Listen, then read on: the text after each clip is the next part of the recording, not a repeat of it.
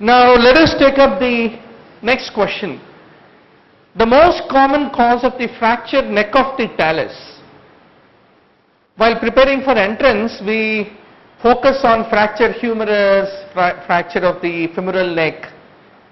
But the foot fractures of the foot, they need to be really focused because they are nowadays becoming frequently asked topic.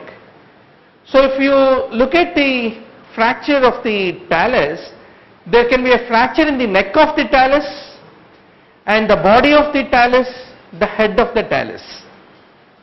The mechanism is different, prognosis is different, and radiological features are different in these three types of fractures. So if you take the fractured neck of the talus, it is the dorsally directed force on a braced foot. Typically whenever the person has got a head-on motor vehicle accident, this is the kind of fractured neck of talus we come across.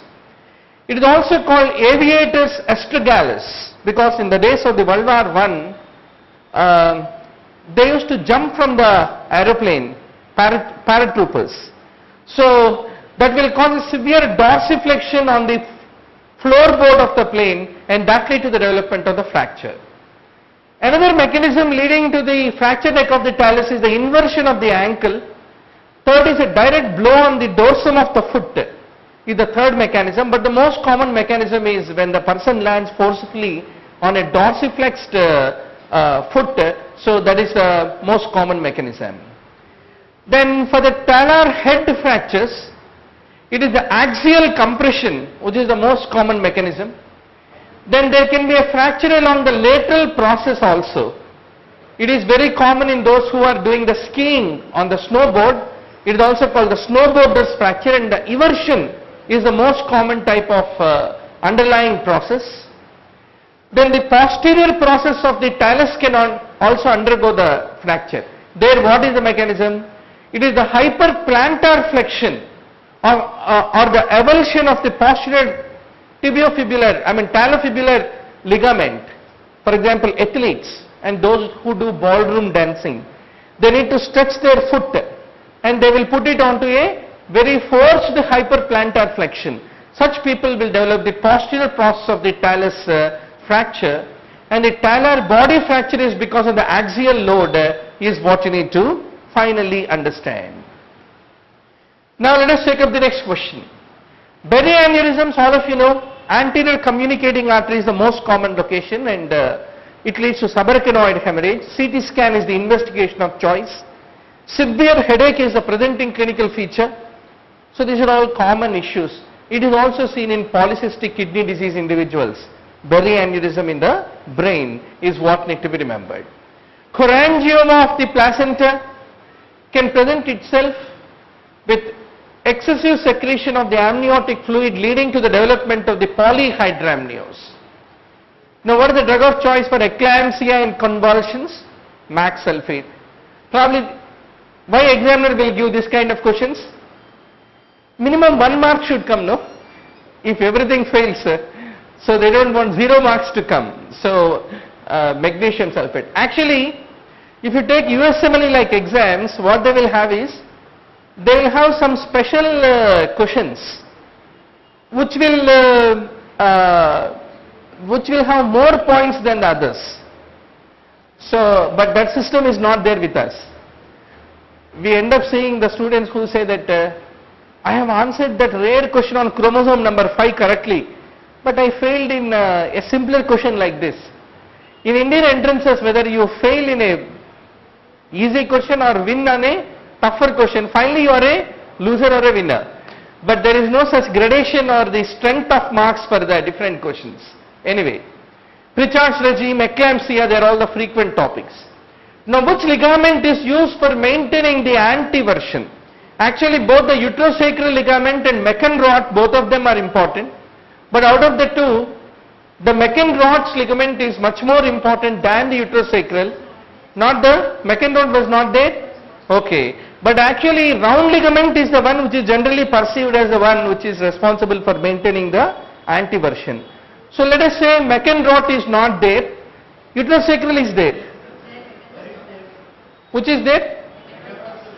Is there?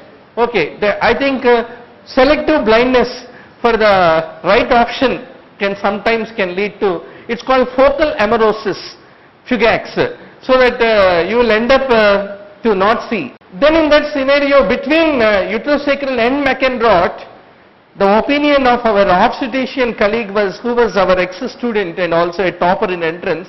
I was just asking her, it was long time that I was talking obstetrics and went to the labor room posting or gynecology posting. What is your opinion as an authority?